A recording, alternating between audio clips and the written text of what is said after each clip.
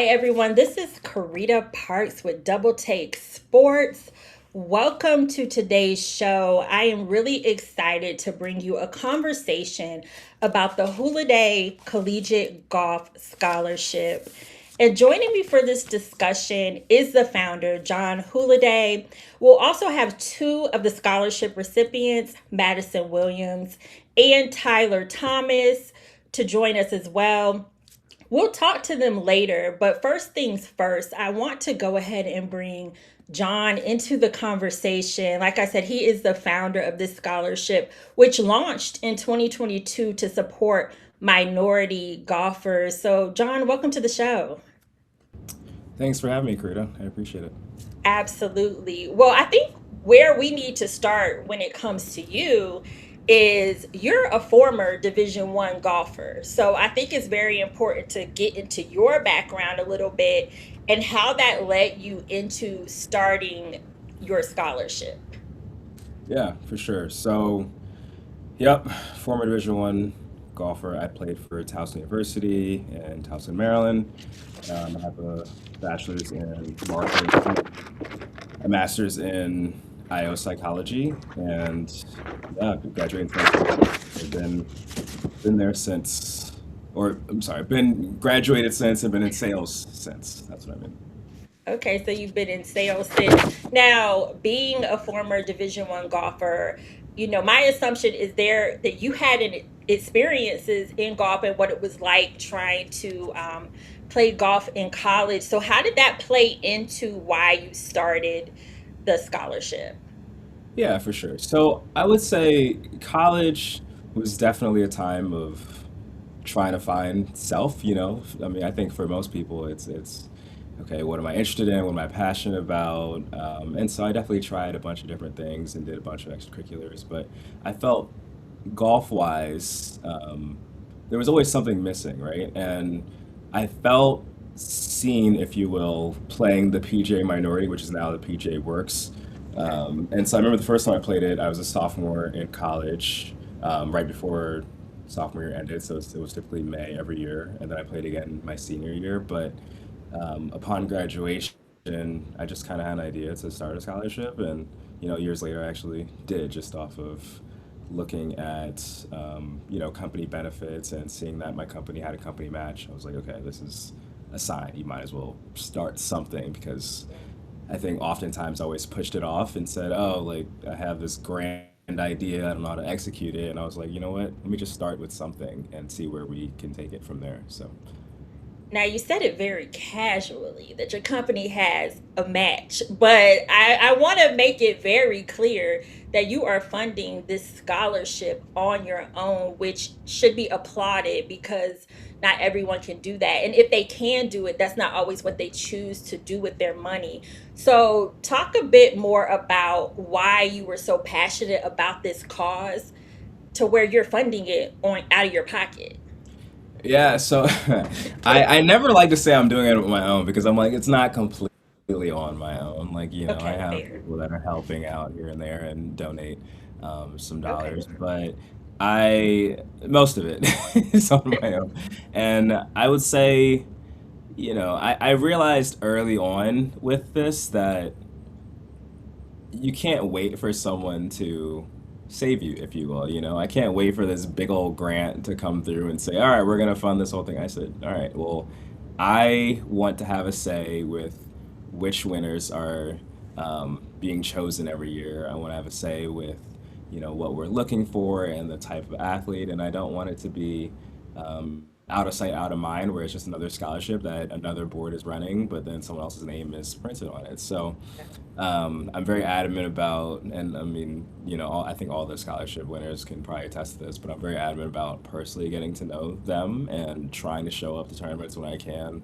Obviously, I have a 9 to 5, so I can't travel and watch tournaments so often. But um, yeah, I think that from the jump, I realized the importance of having a scholarship that wasn't just money being given out. That was bigger than that. And it was also about, building community, building relationships. Because, when I look back on my college experience, one thing that I felt like was missing, especially upon graduation, was I didn't have a mentor to help me Mm, navigate. what it was like to be a ex-collegiate golfer and now working. And I remember I remember like vividly one point where I was thinking, oh, like I don't have practice tomorrow. I don't have to play golf if I don't want to. I don't have to work out. I don't have to go to study hall. What do I do now? Like I just work. And so trying to transition was definitely a little bit of a challenge mentally. But yeah. So I want to talk about that mentorship piece because I know in an initial conversation I had with you, you talked about the difficulty of not seeing a lot of people like you on the golf course, or maybe not having as much access to people like you who play golf. So can Yeah. you maybe go into that aspect of the scholarship and kind of your experience with that and how that connects to the scholarship, I should say? Yeah, so do you want me to explain where that thought process comes from, not really seeing the representation in college golf, and then talk about the scholarship from that point? Yeah, like kind of that experience and then how it ties into the scholarship. Yeah, so this is you're getting a brand new story because I feel like I haven't really told any of the past interviews and stuff that we've done. I haven't really told this story. So my senior year, I want to say it was, we played a tournament at Penn State, Okay. and there was I forget the number, but it was at least 100 golfers, right? Different schools and everything. And from my count and my visibility, there were four African American collegiate golfers, me and three others. I knew all of them. One of them was actually my groomsman at my wedding. Another one was a friend that I had because he went to academy for high school, and then I met him later on. And then another one I had played in a couple tournaments because we were in the same conference. And so I'm like, wow, we have over 100 people here, and I know every other African American Mm, golfer. Like that's crazy to me. And like I said, outside right. of the minority, that was it. And I remember a tournament that I actually won at Lehigh. There was only one other person, and he was one of those people that I just mentioned playing in that tournament. So it was just two of us. And that was, I don't know, like 115 people there. So just seeing that, it's like, I mean, it definitely, maybe I didn't comprehend it at that age I graduated when I was 21. So I don't know, between 19 and 21, but definitely being corporate, working after my undergrad, I realized, yeah, like representation is important for that reason. Because if I had a mentor that looked like me and said, oh, yeah, like I've worked in these companies, I've done this, I don't even know how that would have impacted my post grad experience, but a lot of it I feel like I figured out on my own or just trying to, make mentors from scratch. And so, yeah, I think that's where the whole scholarship mentor piece comes from. I think it's Yeah. rooted in very personal experiences that I've had that I felt that, there were things that I didn't need to navigate if I had mentors to kind of warn me, like, hey, like watch out for this, watch out for this microaggression, things like Right. that. And that's kind of part of what I want to help Hmm. with this scholarship. And now there's what 23 different winners. So I'm like, even if they just talk to each other and I'm not Yeah. part of it, I'm like, that's cool with me because then there's like community piece that is bigger than me. So I just want to keep growing and building on that every year. That's very powerful and definitely applaud you for using your experience and applying that to what you have done with the Hulede Collegiate Golf Scholarship. So, in addition to that, I want to talk about what the scholarship does for the recipients Yeah. that receive it. Yeah, so I mean, like mentioned, a big piece is definitely the mentorship piece. I'm always trying to find different ways to add to it. So, um, I guess to be determined on that. But I know like year one, I added in Headspace and I gave them all access to Headspace and so that they can use the subscription for a year and use that. I ended up not like continuing that because I felt like a lot of people weren't really using it. But I understand. um, if outside of the golf piece, as simple as I know Ray Lee, Yes. like I've met up with her for lunch. I've gone to her like AKA ceremony. I've had her and some other people play golf. So I definitely just want it to be something bigger than just you get money and then you hear from me, maybe every so often.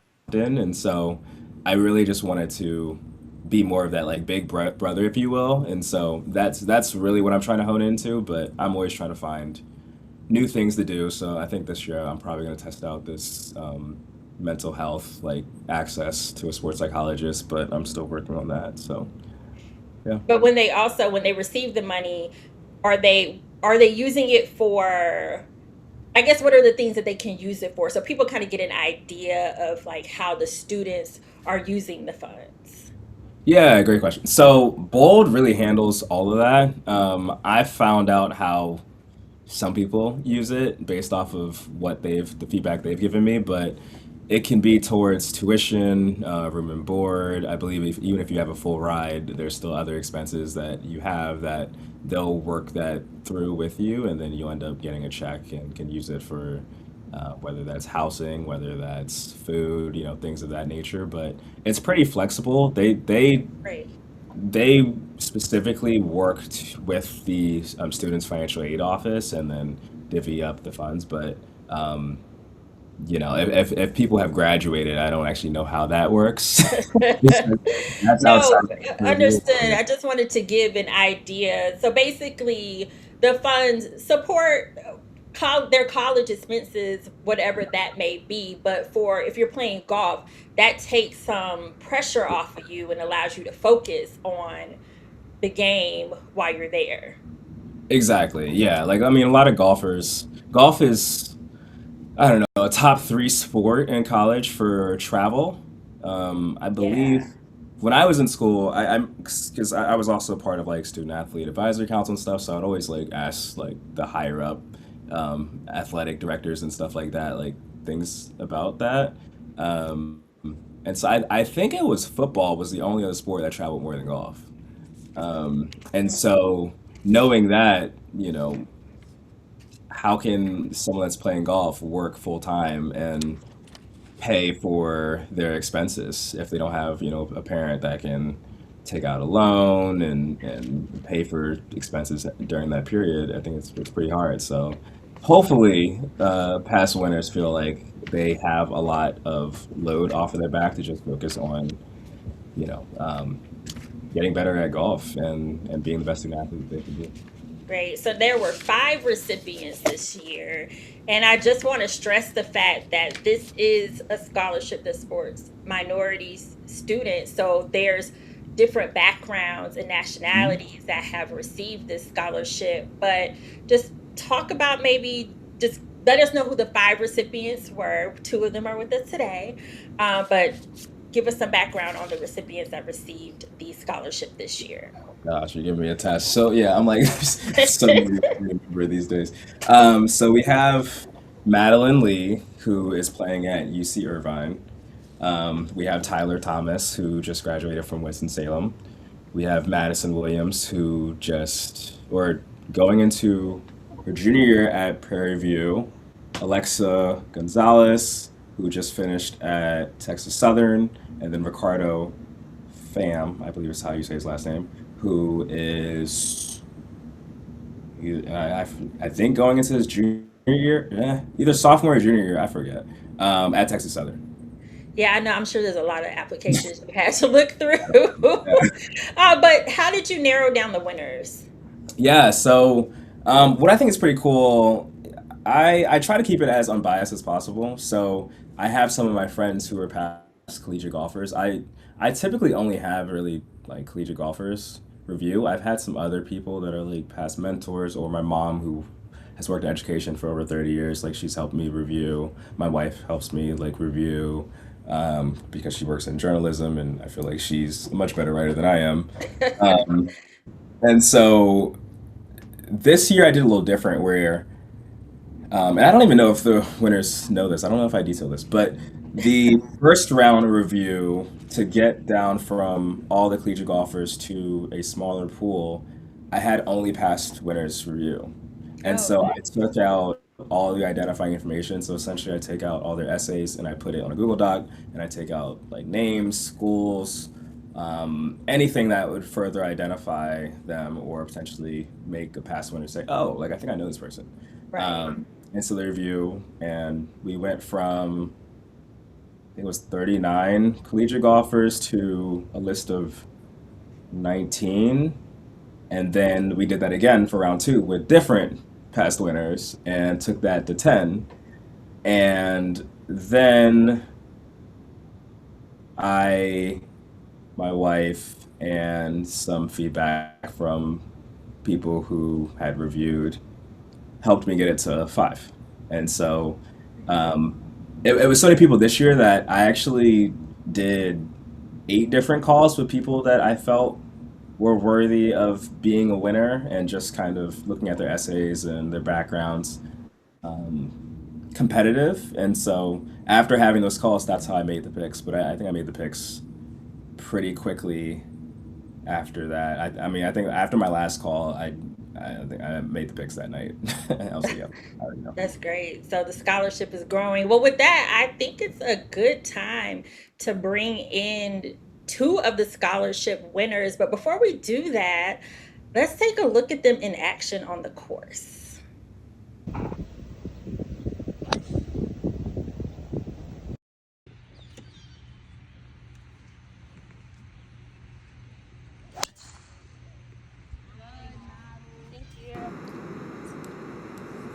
So now we have with us Madison Williams and Tyler Thomas, two of the five scholarship winners this year. First of all, congratulations to you both and welcome. I really appreciate you taking the time out to talk to me. Thank you. Thank you. We appreciate you. Absolutely. Well, I just want to start off by giving you both an opportunity to introduce yourself. Tell us where you're from, what school you're currently attending, and how you got into the game of golf. So, Madison, we can start with you. Okay, hello. My name is Madison Williams. I am a junior now at Prairie A&M University. I'm from Carson, California, and I'm a psychology major. Um, I got into the game of golf around the age of 8 years old. I didn't play like competitively at first or anything. My uncle actually introduced me into the game. So I just, he took me to the range and like he let me drive the golf cart and stuff. So I feel like I was introduced to it in a pretty fun way that kind of just stuck with me. So Yeah, yes, that's how I got introduced into the game. great. Thank you. And Tyler? Hello. I just want to say thank you for having me. I appreciate the Absolutely. opportunity. My name is Tyler Thomas. I'm from Chicago, Illinois.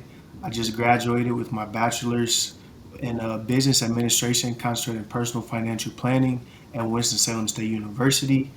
And I got into golf during COVID, honestly. My dad introduced me to the game around the age of 3, but I thought it was boring, coming from a big city. It was about basketball, football, baseball, things like that. And during COVID, there was nothing else to do. I had no other choice to be outside. And an individual by the name of Mr. Wilson introduced me to the game. We played 54 holes every day, and we would hit two large baskets of balls afterwards. And I went from shooting in the 140s to breaking 80 in the same summer. So that gave me some momentum, making my varsity squad. And a year later, I was connected to my coach. So I was definitely a late bloomer. I was just about to say, I mean, COVID, that's not that long ago, and you are in college playing golf. So that's pretty awesome. Yeah, thank you. I appreciate it. You're welcome. Now, Madison said she was introduced in a fun way, and you said at first you thought golf was boring. So, maybe before we get into the scholarship, what are some misconceptions you think that people have about golf? I think I kind of have a similar story to Tyler. I also started playing competitively. I started my freshman year of high school. So like I feel like a misconception is that you have to start like at a very young age. I feel like you can improve at any time if you really put your mind to it and that's something that you really want to do. I feel like you can start at any age. Like I improved in a short amount of time. You just have to work twice as hard as everybody else, twice as hard as those who started at a younger age and kind of have more experience and had the coaching and everything. So I think that's definitely a misconception. Also, that Black people, don't play golf or like can't play golf. I think there's a lot of different sources. It is harder, I will say, but it's definitely is out there if you want it, seek for it.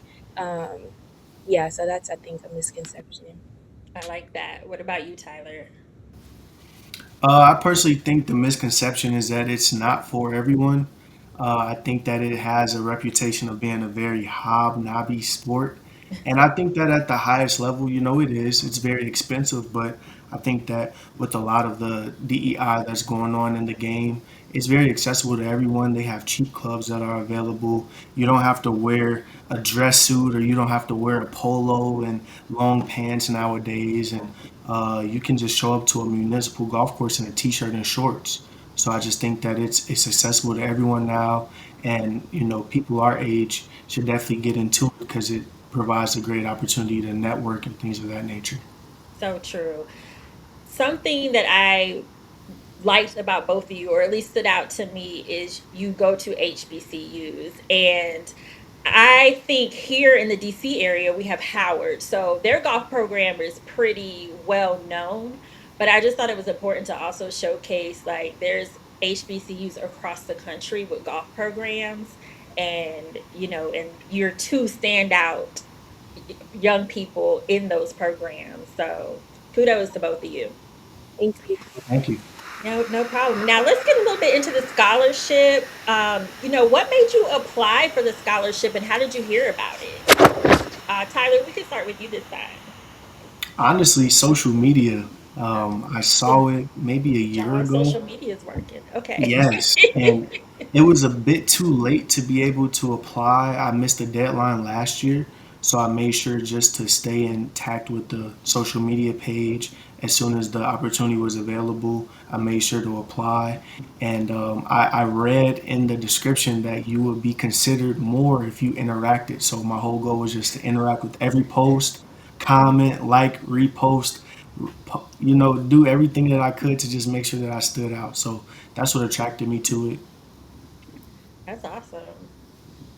Yes, and then for me, I was actually told by somebody about the scholar told somebody told me about the scholarship last year, and I missed the deadline as well. And so coming into this year, I'm like, okay, I need to really like stay locked in. I applied early this year, so yeah, I made sure I kept tabs on what was going on. I saw the past winners and like I listened to their stories. I really liked how John posted the videos of like them telling their stories, and I think that was a cool piece. So I'm like, okay, I like the background and the foundation of this scholarship, so I definitely applied. That's great. John, how does it feel hearing that your scholarship is naturally getting out there, but especially through your social media? Because I know as a founder, it is not easy, it's a lot of work. Yeah, I mean, honestly, it feels like a job sometimes. Absolutely. But I mean, it's fulfilling work. It's work that I enjoy doing. It's funny because I often remind myself that the scholarship is at a point now where I probably wouldn't need to post. Like people do find it without me even contacting them or anything like that. I think if I went through the numbers this year, probably half of the collegiate golfers I never even talked to, Mm. and they just applied, and then I would like reach out or like send a request or whatnot. But yeah, it's good to hear that people are getting word because I take a lot of time to make these little, quick Photoshop posts and and share with people. So yeah. Yeah, so they're reaching who it needs to reach.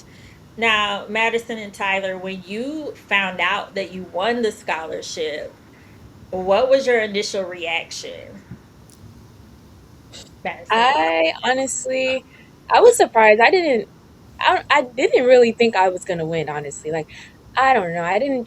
I know I wrote a good essay, but I was like, if I don't win, I'm like, okay, I just don't win.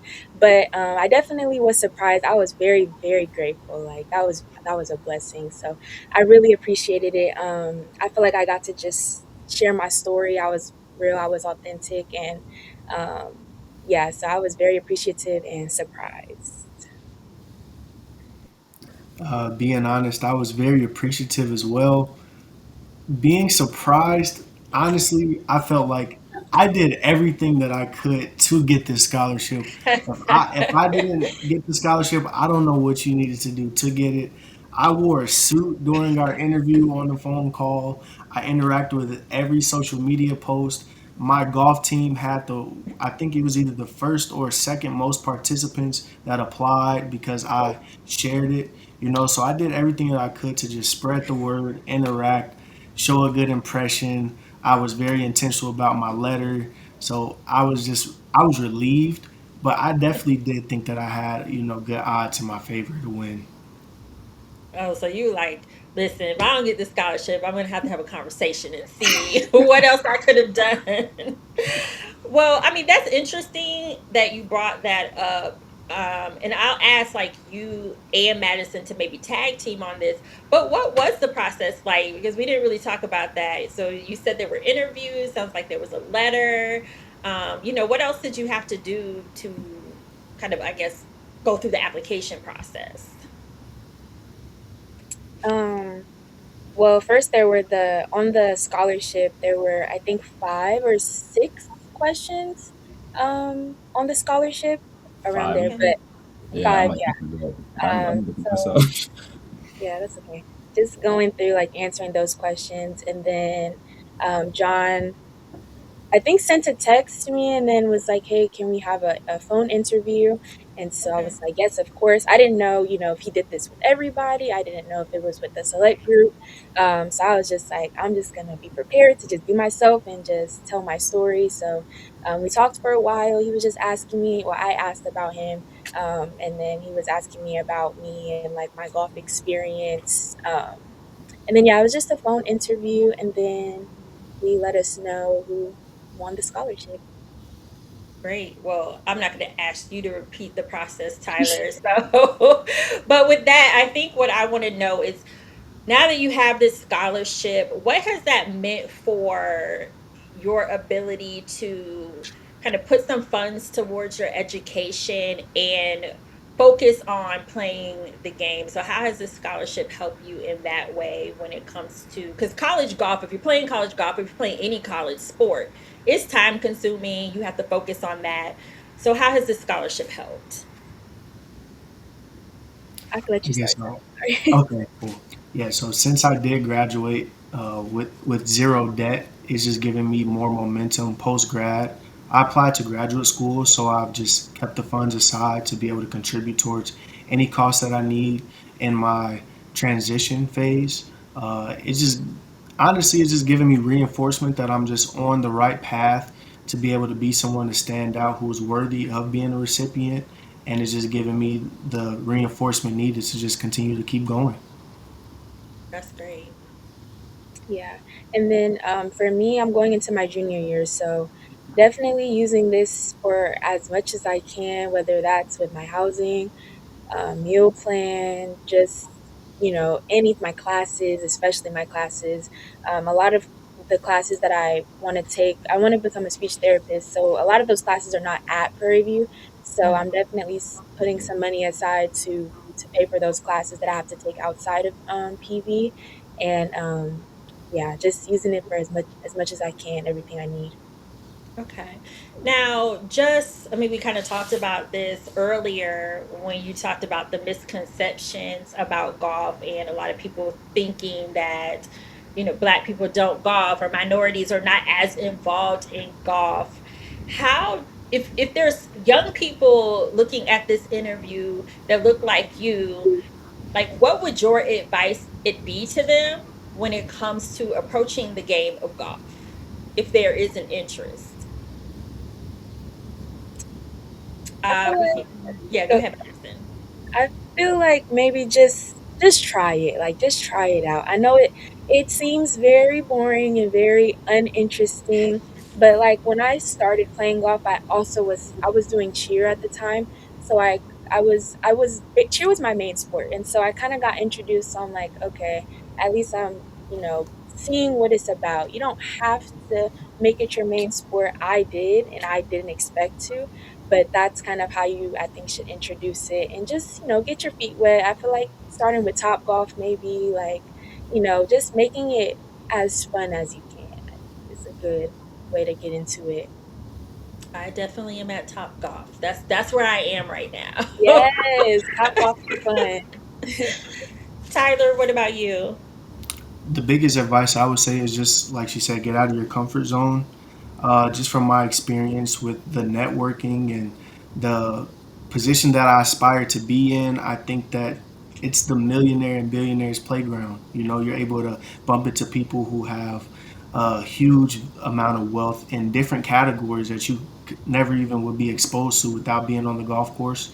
So I just think that in terms of trying to aspire to be somewhere that you have not been, it's a great environment to be in. You're able to enjoy yourself, and then life wise and internally, I think that it causes you to have to understand delayed gratification, knowing how to be patient, knowing when to be aggressive, knowing when to be conservative.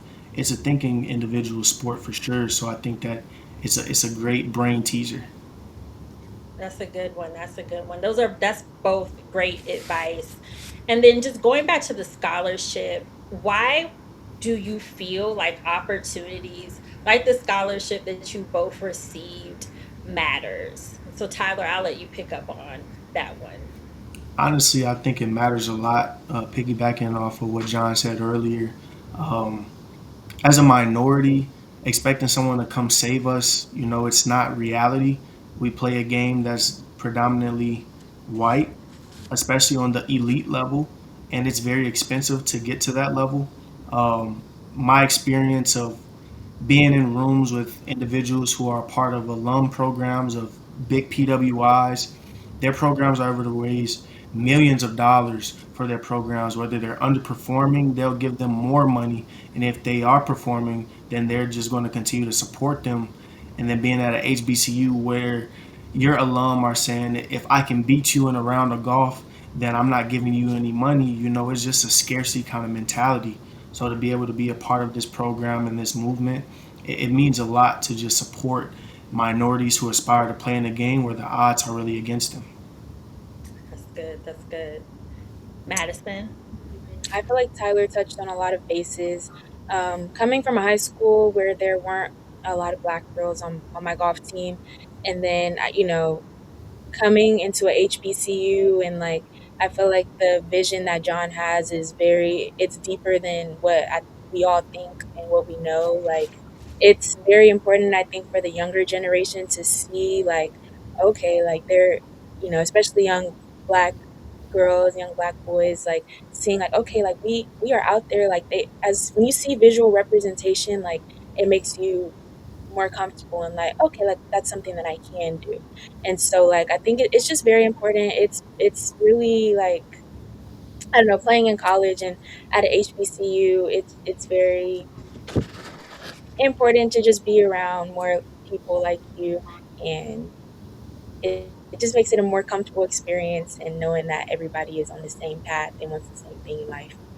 Those are very important insights, and I'm sure the viewers are going to really appreciate that. So, I know we've been going for a while. Before I wrap up, I do want to give you both an opportunity to just talk about your big picture academic and career goals and how you see golf fitting into your future. Tyler, you want to start? Yes, I would love to. So my aspirations are to, finish out with grad school to get my master's degree. But overall, I day trade. So my goal is to sponsor myself with day trading, to eventually take the profits to build a real estate portfolio to where I'm building passive income, to where I can pursue playing golf, whether that's on a high amateur level or a professional level. My goal is to have financial freedom to be able to enjoy time with my loved ones, pour into the youth like what John is doing, and overall glorify God. I'm a believer in Jesus. And so I would love to, when I'm older, have a church and not ask for any offering or anything like that. So that's my goal. Ooh, that's a pretty big, lofty goals there. I love it. I like people with big goals.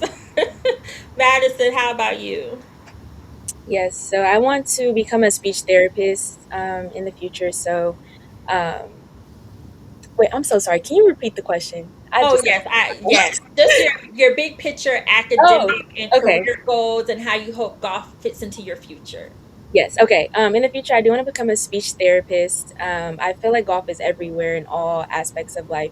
So whether I'm playing with like, my boss, I feel like it's just good to make those connections with a lot of people play golf. So, and a lot of people will be surprised that someone like me plays golf. So I think it's very important. That's like a connection that not a lot of people may have like in the workforce.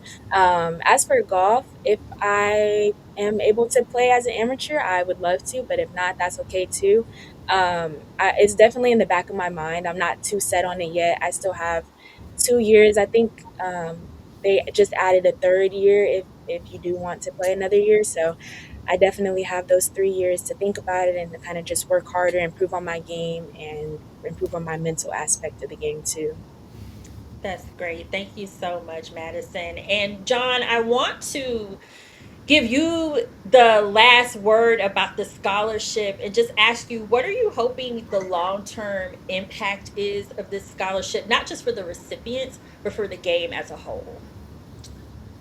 So I mean, I said this a couple years ago, and I feel like I'm pretty subtle about it. But I mean, I think the goal is simple. I want this to be the largest scholarship for minority golfers, and I feel like we're tracking in the right direction. How much money? I don't know. How many winners? Uncapped, you know? So I wanted to just grow as much as it possibly can. I plan on doing this for the rest of my life. So 5 winners, I think, is probably all I can handle every year. And I just want them to feel like they have a space for a community. And what I mean by that is, like, Tyler just graduated, Madison will graduate in a couple of years. Some of the others that have won this year are going to be graduating in the next couple of years too. So when they do graduate, they don't even have to necessarily think about me as their only resource, but they have a resource of, all these different, like I said, 23 individual winners because we had one repeat winner a couple Mhm. years ago. Um, that they can go to and say, hey, like, I'm starting law school. John told me that you actually are in law school. Like, would love to chat. Just things like that. So that's kind of my vision for this, and um, yeah, I'm like Tyler said, I'm also big on the financial freedom piece. So I would love to get to a point where I have my passive income and I can just do this and travel and watch people play and support them up close versus just doing it through a phone screen. So that's also where I'm trying to get to. Well, I believe eventually that will happen because you are paying it forward. And it is my pleasure to have talked to you about this scholarship. And thank you for bringing it to my attention. I also want to say that as well. And then just talking to Madison and Tyler, it's been great to get to know you. So I want to thank you both for joining the show.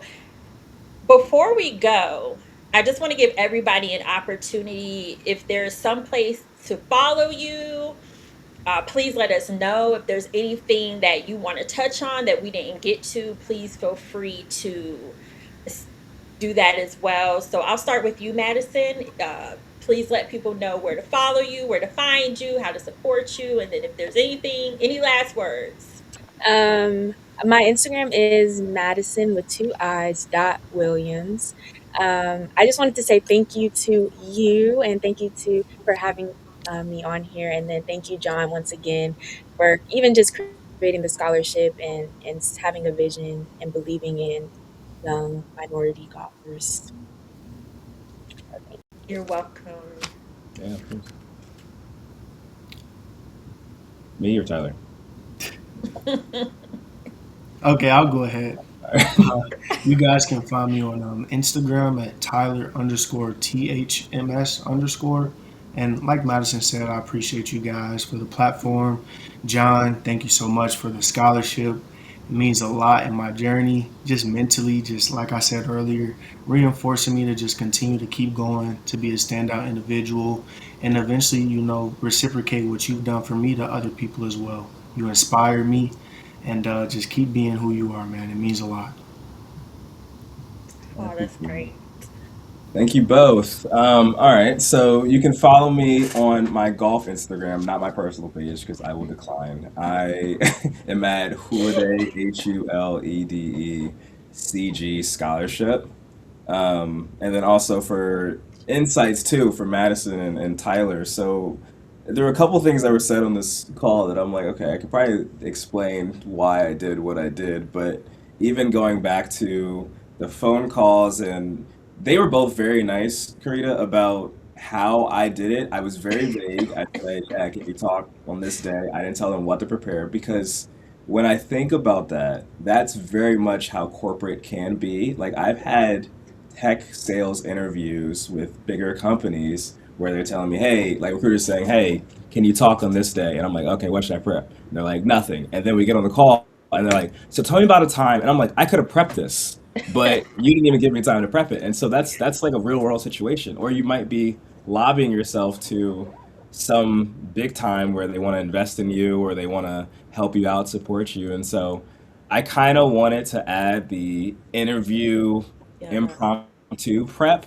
to the scholarship. So that's essentially what I was going for with that. But I hope that, those are types of things that they can take forward and also use because they're like, oh, you know what? John did randomly hit me up saying, hey, are you available to talk in 2 days about nothing? And then I had all these questions that I wanted to ask. And so, yeah, I personally think this is the strongest overall class that we've ever had for the scholarship. And I think the average GPA was 3.81, if I remember Mm. correctly. So I'm like, dang, like These I some had smart, 3.44. Like they smart, all smart. smart people.